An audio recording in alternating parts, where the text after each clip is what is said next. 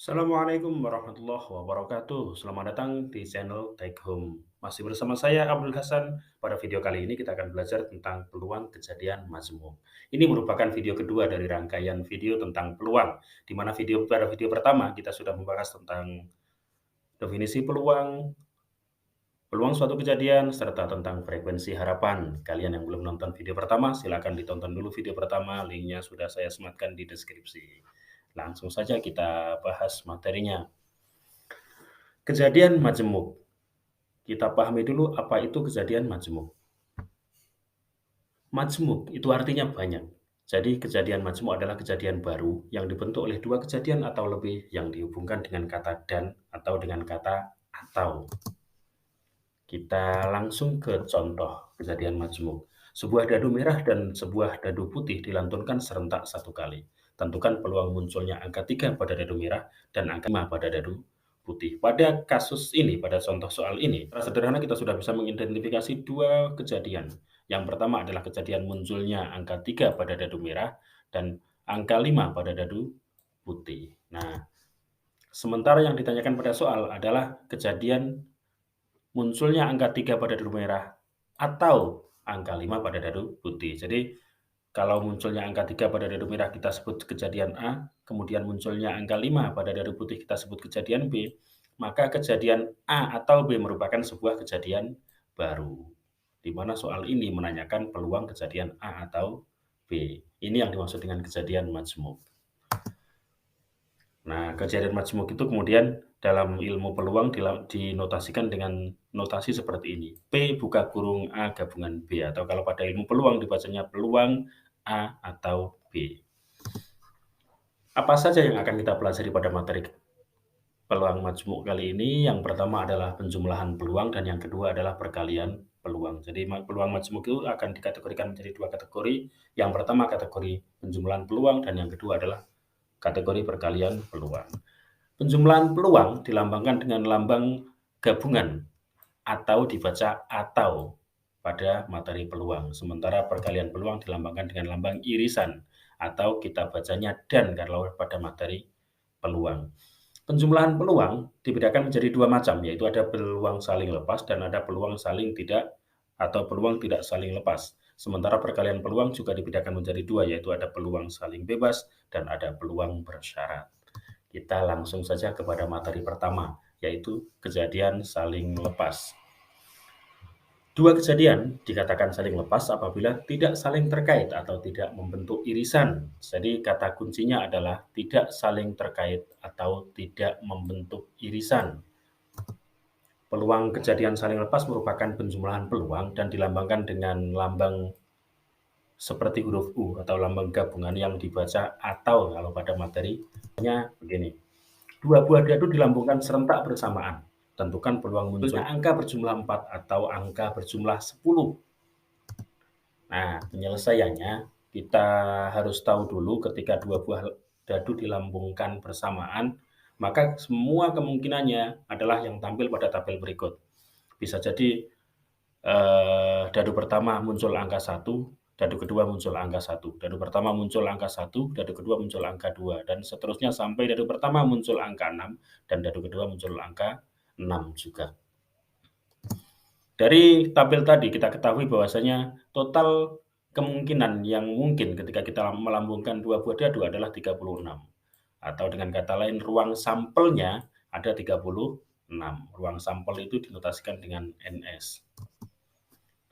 Misal kejadian A adalah munculnya mata dadu berjumlah 4 dan kejadian B adalah munculnya mata dadu berjumlah 10, maka kejadian A itu kita beri tanda warna berbeda. Kejadian A itu angka 1 pada dadu pertama dan angka 3 pada dadu kedua, atau angka 1 pada dadu pertama dan angka 2 pada dadu pertama dan angka 2 pada dadu kedua, dan angka 3 pada dadu pertama, angka 1 pada dadu kedua. NA-nya, jumlah kemungkinannya kejadian A itu ada 3. Sehingga peluang kejadian A 3/36 karena ruang sampelnya ada 36. Coba kita tandai kejadian A pada tabel sebelumnya, yaitu 1 dan 3 karena jumlahnya ada 4. kemudian 2 dan 2, dan 3 dan 1 karena jumlahnya ada 4. Sekarang kita coba identifikasi kejadian B, kita beri tanda dengan warna berbeda. Kejadian B adalah kejadian yang mata dadu berjumlah 10 sehingga kemungkinannya adalah 4 dan 6, 5 dan 5, dan 6 dan 4. Maka NP-nya, banyaknya kejadian B ada 3, sehingga peluang kejadian B sama seperti peluang kejadian A, yaitu 3/36. Nah, kejadian B kita cari juga pada tabel 6 dan 4, 5 dan 5, 4 dan 6. A dan B, pada kejadian A dan B tidak mempunyai irisan. Jadi, seluruh anggota A itu total berbeda dengan seluruh anggota B. Sehingga kalau kita gambarkan pada diagram Venn akan seperti ini. Himpunan A dan himpunan B itu merupakan dua himpunan yang terpisah. Selanjutnya, pada ilmu peluang, untuk kejadian A dan B saling lepas berlaku peluang A atau B adalah peluang A ditambah peluang B. Ini yang harus kalian ingat-ingat ya, ini rumusnya. Jadi peluang A atau B pada kejadian saling lepas adalah peluang A ditambah peluang B. Sehingga penyelesaian soal pada contoh tadi adalah begini. Nah, peluang A-nya 3/36, peluang B-nya juga 3/36, jika dijumlahkan hasilnya adalah 6/36, atau kalau kita sederhanakan menjadi 1/6. Ini adalah peluang kejadian saling. Selanjutnya adalah kejadian tidak saling lepas. Dua kejadian dikatakan tidak saling lepas apabila kedua kejadian tersebut terkait, sehingga membentuk irisan. Jadi kata kuncinya di sini adalah membentuk irisan. Kejadian tidak saling lepas juga merupakan penjumlahan peluang yang dilambangkan dengan lambang gabungan dan dibaca atau pada ilmu peluang. Contoh, dua buah dadu dilantunkan serentak satu kali. Jika A adalah kejadian munculnya dua dadu yang berjumlah 5, dan B adalah kejadian munculnya dadu yang hasil kalinya 6, tentukan peluang A atau B. Nah, penyelesaiannya pertama kita tampilkan dulu semua kemungkinan pada pelantunan dua buah dadu, yaitu bisa jadi dadu pertama keluar angka 1, dadu kedua keluar angka 1, dadu pertama keluar angka 1, dadu kedua keluar angka 2, dadu pertama keluar angka 1, dadu kedua keluar angka 3, dan sampai dadu pertama keluar angka 6, dadu kedua keluar angka 6. Sehingga semua kemungkinan atau ruang sampelnya ada 36. Nah, di sini bisa kita identifikasi kejadian A, di mana yang diminta adalah kejadian yang muncul mata dadu yang berjumlah 5, kemungkinannya adalah 1 dan 4, 4 dan 1, 2 dan 3, 3 dan 2. Sehingga NA ada 4 dan peluang A ada 4/36. Kita tandai kejadian A pada tabel, yaitu 1 dan 4, 2 dan 3, 3 dan 2, 4 dan 1. Kemudian kejadian B adalah kejadian yang hasil kalinya 6, yaitu 1 dan 6, 6 dan 1, 2 dan 3, 3 dan 2. Kesemuanya ini hasil kalinya 6. Sehingga NP ada 4 dan peluang B ada 4/36. Kita tandai kejadian B pada tabel, yaitu 1 dan 6, 2 dan 3, 3 dan 2, 6 dan 1. Nah, pada tabel dapat kita saksikan bahwasanya 3 dan 2 dan 2 dan 3 ini merupakan anggota kejadian A dan anggota kejadian B, sehingga kejadian A dan B ini membentuk irisan. Inilah yang menjadikan kejadian A dan B menjadi kejadian tidak saling lepas. Kalau kita gambarkan pada diagram Venn akan terjadi seperti ini yang terbentuk. A dan B membentuk irisan. Karena itu kejadian A dan B dikatakan kejadian tidak saling lepas. Nah, untuk menghitung peluang A dan B, maka mula-mula kita harus menghitung peluang irisan A dan B. Irisan A dan B adalah 2 dan 3, 3 dan 2. Sehingga jumlahnya NA irisan B ada 2 dan peluang A irisan B ada 2/36. Karena untuk menghitung peluang A atau B pada kejadian tidak saling lepas, maka ditentukan dengan rumus peluang A atau B sama dengan peluang A ditambah peluang B dikurangi peluang A irisan B. Ini kalian harus hafal karena ini rumus yang dibutuhkan untuk menyelesaikan soal pada kejadian tidak saling lepas. Sehingga penyelesaian soal di atas adalah sebagai berikut. Peluang A atau B sama dengan peluang A ditambah peluang B dikurangi peluang A atau peluang A irisan B, peluang A 4/36, peluang B 4/36, dikurangi peluang A irisan B 2/36, yang hasilnya adalah 6/36, atau jika disederhanakan kita dapatkan hasil 1/6. Selanjutnya adalah kejadian saling bebas. Dua kejadian dikatakan saling bebas apabila kejadian yang satu tidak mempengaruhi kejadian yang lain.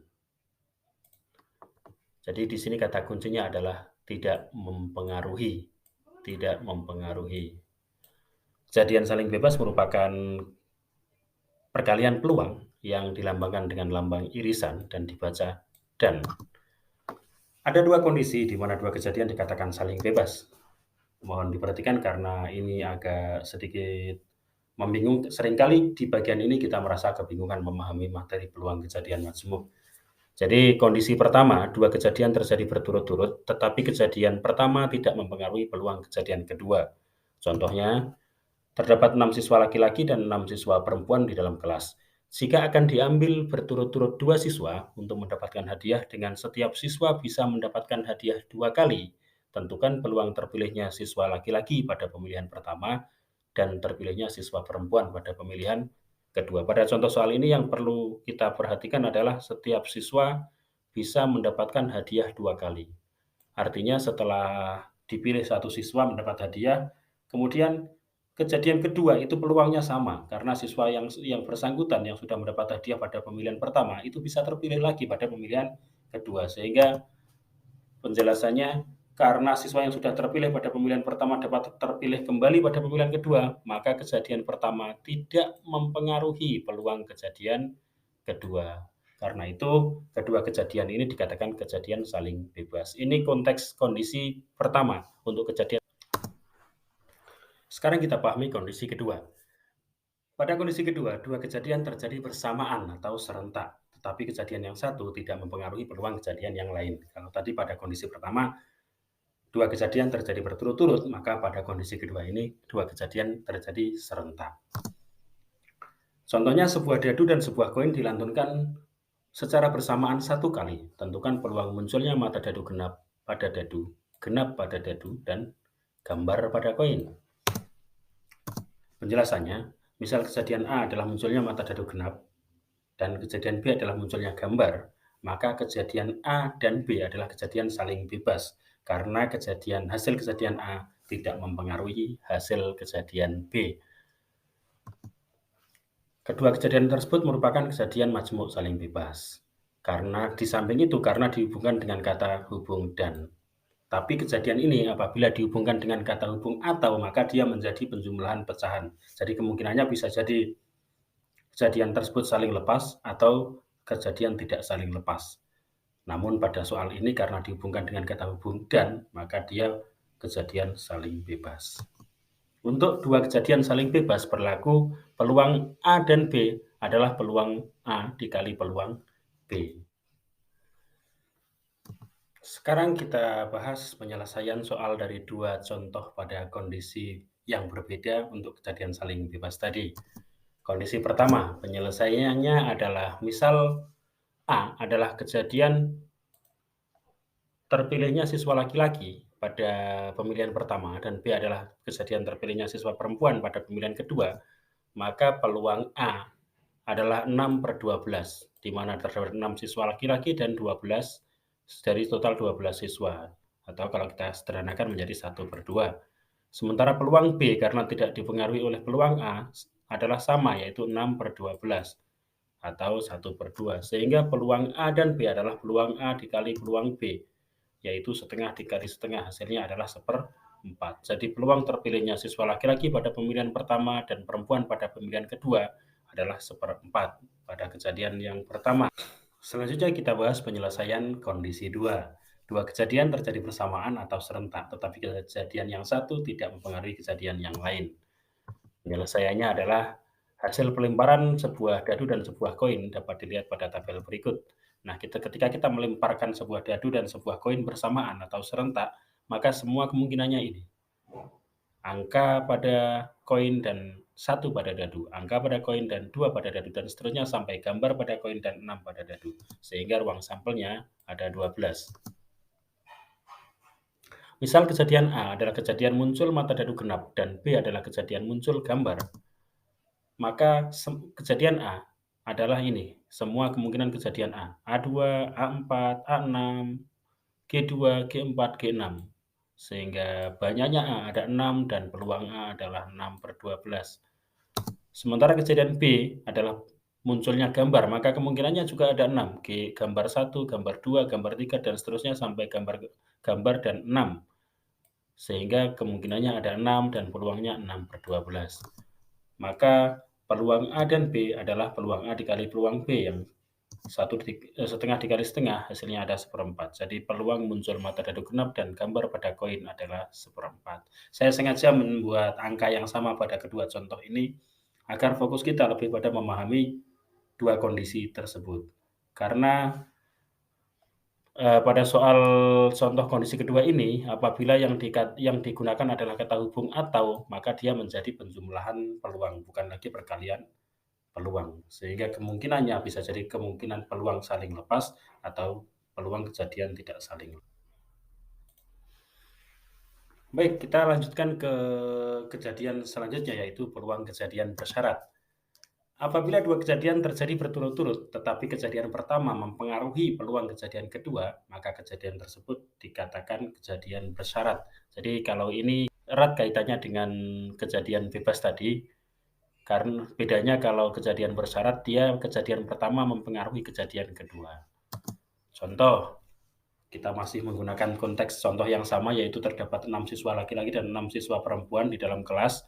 Jika akan diambil berturut-turut 2 siswa untuk mendapatkan hadiah dengan ketentuan setiap siswa hanya bisa mendapat hadiah 1 kali, tentukan peluang terpilihnya siswa laki-laki pada pemilihan pertama dan terpilihnya siswa perempuan pada pemilihan kedua. Yang perlu kita garis bawahi di sini adalah setiap siswa hanya bisa mendapatkan hadiah 1 kali. Artinya pada pemilihan kedua hanya ada 11 siswa yang dipilih, bukan lagi 12 siswa, karena 1 siswa sudah mendapatkan hadiah pada pemilihan pertama. Sehingga peluang A, yaitu peluang kejadian pertama, yaitu 6/12. Siswa laki-laki ada 6, siswa perempuan ada, seluruh siswa ada 12. Atau kalau kita sederhanakan menjadi 1/2.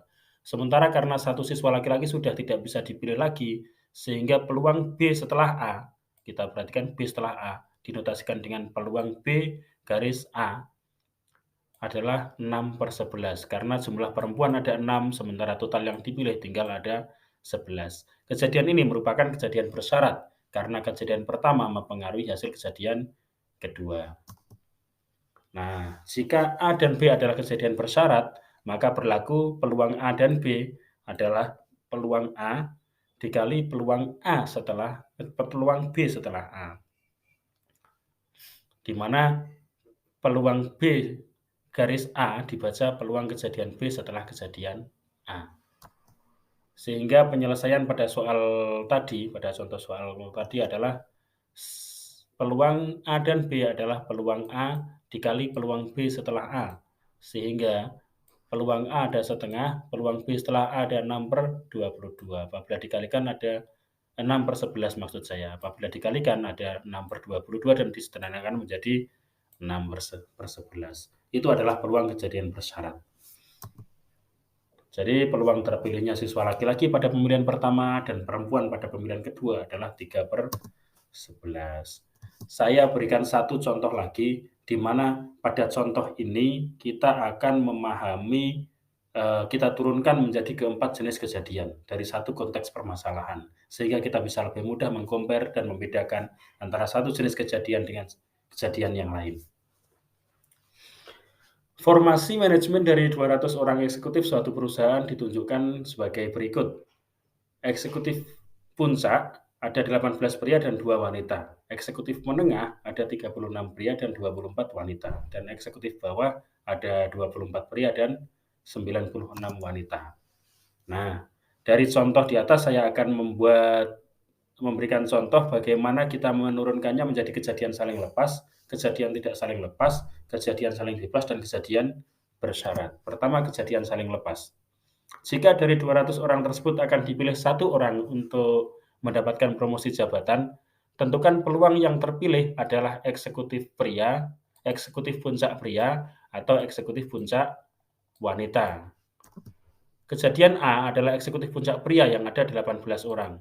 Kemudian kejadian B adalah eksekutif puncak wanita yang ada 2 orang. Kejadian A dan B adalah kejadian saling lepas karena tidak ada irisan antara A dan B, sehingga penyelesaiannya adalah kejadian A atau B adalah kejadian A ditambah kejadian B. 18/200 ditambah 2/200. Hasilnya adalah 20/200 atau peluang A atau B adalah Oke, sekarang kita ambil contoh untuk kejadian tidak saling lepas. Jika dari 200 orang tersebut akan dipilih 1 orang untuk mendapatkan promosi jabatan, tentukan peluang yang terpilih adalah pria atau eksekutif puncak. Dari pria ada 18, ada total 18 tambah 36 tambah 24, ada total 78 pria. Kalau eksekutif puncak, ada total 20 eksekutif puncak. Jadi di sini terdapat irisan ya, 18 ini merupakan pria dan eksekutif puncak. Jadi kalau kita gambarkan dalam diagram Venn, maka antara kejadian A dan B itu terdapat irisan. Jadi sehingga penyelesaiannya begini. Peluang pria adalah 78/200. Kemudian peluang eksekutif puncak adalah 20/200. Peluang irisan kejadian A dan B adalah 18/200 karena ini ada 18 ini merupakan pria dan eksekutif puncak. Sehingga peluang A atau B adalah 78/200 ditambah 20/200 dikurangi 8/200. Ini hasilnya ada 2/5. Ini merupakan kejadian tidak saling lepas karena terdapat irisan. Nah, dari konteks contoh yang sama akan kita ambil kejadian saling bebas.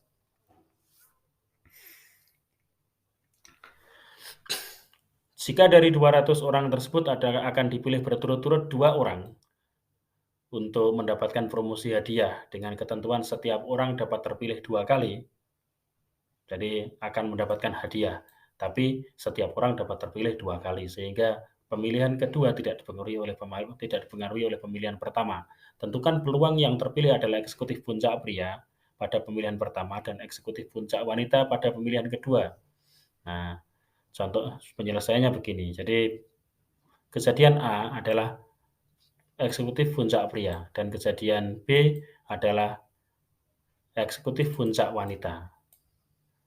Setelah pada kejadian pertama peluangnya 18/200 karena orang yang pertama tetap dapat dipilih kembali, maka kejadian kedua peluangnya 2/200 sehingga peluang kejadian A dan B adalah peluang A dikali peluang B, 18/200 dikali 2/200.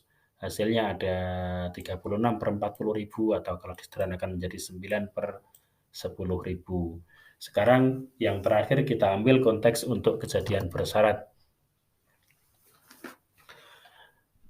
Jika dari 200 orang tersebut akan dipilih berturut-turut 2 orang untuk mendapatkan promosi hadiah dengan ketentuan setiap orang hanya dapat terpilih sekali. Nah, perbedaannya di sini hanya dapat terpilih sekali.